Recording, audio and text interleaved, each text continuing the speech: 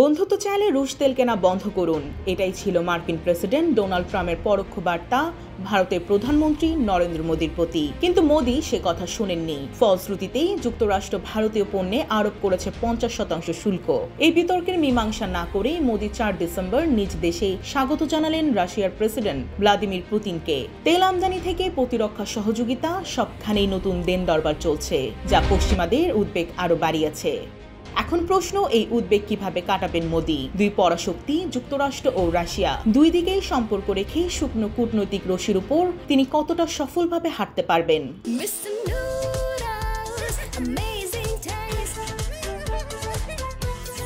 Putin নয়াদিল্লিতে নামার পর মোদীর সঙ্গে আলিঙ্গন করেন। এই আলিঙ্গন শুধু বন্ধুত্বের কূটনৈতিক ছবি নয়, এটি বার্তা দেয় যে আন্তর্জাতিক চাপের মধ্যেও রাশিয়ার বড় মিত্র হিসেবে এটি ইঙ্গিত দেয় যে ভারতের সামনে বিকল্প পথ খোলা। কিছুক্ষণ একটি ঐতিহ্যবাহী নাচ উপভোগ করে দুজনই একই গাড়িতে মোদীর বাসভবনের ব্যক্তিগত নৈশভোজে যান। পুতিনকে এমন উষ্ণ অভ্যর্থনা জানালেও মোদী যুক্তরাষ্ট্রের সঙ্গেও কৌশলগত অংশীদারিত্ব ধরে রাখার চেষ্টা করছেন। ভারত রাশিয়ার সম্পর্ক বহু দশকের পুরনো।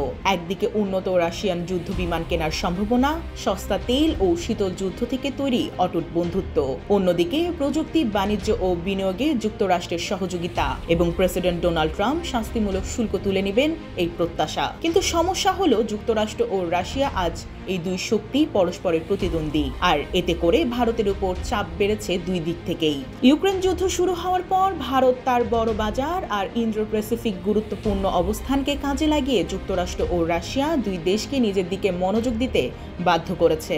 রাশিয়ার সস্তা তেল ভারতের অর্থনীতিকে বড়ভাবে বাঁচিয়েছে, কিন্তু ওয়াশিংটন এতে ক্ষুব্ধ হয়ে ভারতের উপর 50% শুল্ক আরোপ করে, যা বড় অংশই ছিল রাশিয়ার তেল কেনার সরাসরি শাস্তি। চাপ সামলাতে ভারত রুশ তেল কেনা কমিয়েছে, থেকে 22 লাখ টন এলপিজি কিনতে সম্মত হয়েছে এবং নতুন বাণিজ্য চুক্তির জন্য আলোচনা বাড়িয়েছে। তবুও প্রশ্ন থেকেই গেছে, ট্রাম্প প্রশাসন কি এতে সন্তুষ্ট হবে?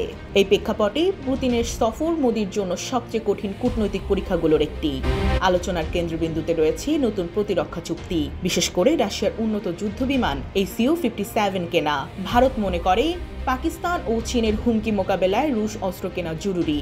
গত কয়েক বছরে দুই দেশের সঙ্গেই সীমান্ত উত্তেজনা দেখা দিয়েছে ভারতের। কিন্তু রাশিয়া আবার চীনের ঘনিষ্ঠ মিত্র, আর চীন পাকিস্তানের প্রধান অস্ত্র সরবরাহকারী।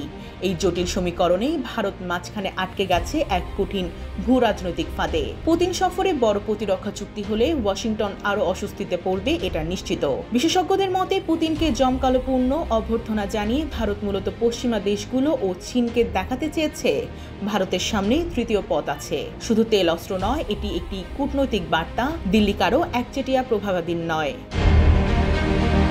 ইতিহাস বলে রাশিয়া ভারতের দীর্ঘদিনের নির্ভরযোগ্য মিত্র, কিন্তু আধুনিক বাস্তবতা বলছে যুক্তরাষ্ট্র ছাড়া ভারত প্রযুক্তি, বাণিজ্য, প্রতিরক্ষা, আধুনিকরণ ও বৈশ্বিক প্রভাব ধরে রাখতে পারবে না। ভারত যুক্তরাষ্ট্র এখন 10 বছরের শিল্প ও প্রযুক্তি সহযোগিতা কাঠামো, গোয়েন্দা তথ্য বিনিময়, যৌথ সামরিক মহড়া, উচ্চাকাঙ্ক্ষী বাণিজ্য চুক্তির পথে আছে। অন্যদিকে রাশিয়া ভারতের বড় অস্ত্র সরবরাহকারী, সস্তা জ্বালানির উৎস এবং ঐতিহাসিক মিত্র। এই দ্বৈত নির্ভরতার ফাঁদই মোদীর প্রধান পরীক্ষা ক্ষেত্র। এটি এখন কেবল কূটনীতি নয়, ভারতের ভূ রাজনৈতিক বেঁচে থাকার প্রশ্ন। বিশ্লেষকরা বলছেন যুক্তরাষ্ট্রের সঙ্গে বড় বাণিজ্য চুক্তি ও রাশিয়ার সঙ্গে গভীর সহযোগিতা দুটোই সম্ভব। তবে সতর্কবার্তা, পুতিন সফরে বড় অস্ত্র চুক্তি হলে যুক্তরাষ্ট্র হয়তো আরো কঠোর অবস্থান নিতে পারে। মোদী এখন এমন এক দড়ির উপর হাঁটছেন, একটু বামে ঝুঁকলে যুক্তরাষ্ট্র ক্ষুব্ধ, একটু ডানে ঝুঁকলে রাশিয়া চীন অস্বস্তিতে, আর মাঝামাঝি থাকতে গেলে প্রয়োজন অসাধারণ কূটনৈতিক দক্ষতা। ভারত কি এই তৃতীয় পথ ধরে রাখতে পারবে? এই উত্তর নির্ভর করছে ওয়াশিংটনের প্রতিক্রিয়া আর মস্কোর প্রত্যাশার উপর। এখন প্রশ্ন শুধু মোদীকে ঘিরে নয়, ভারতের ভূ রাজনৈতিক ভবিষ্যৎ কোন দিকে যাবে? ডেস্ক রিপোর্ট, জয় জয় দিন।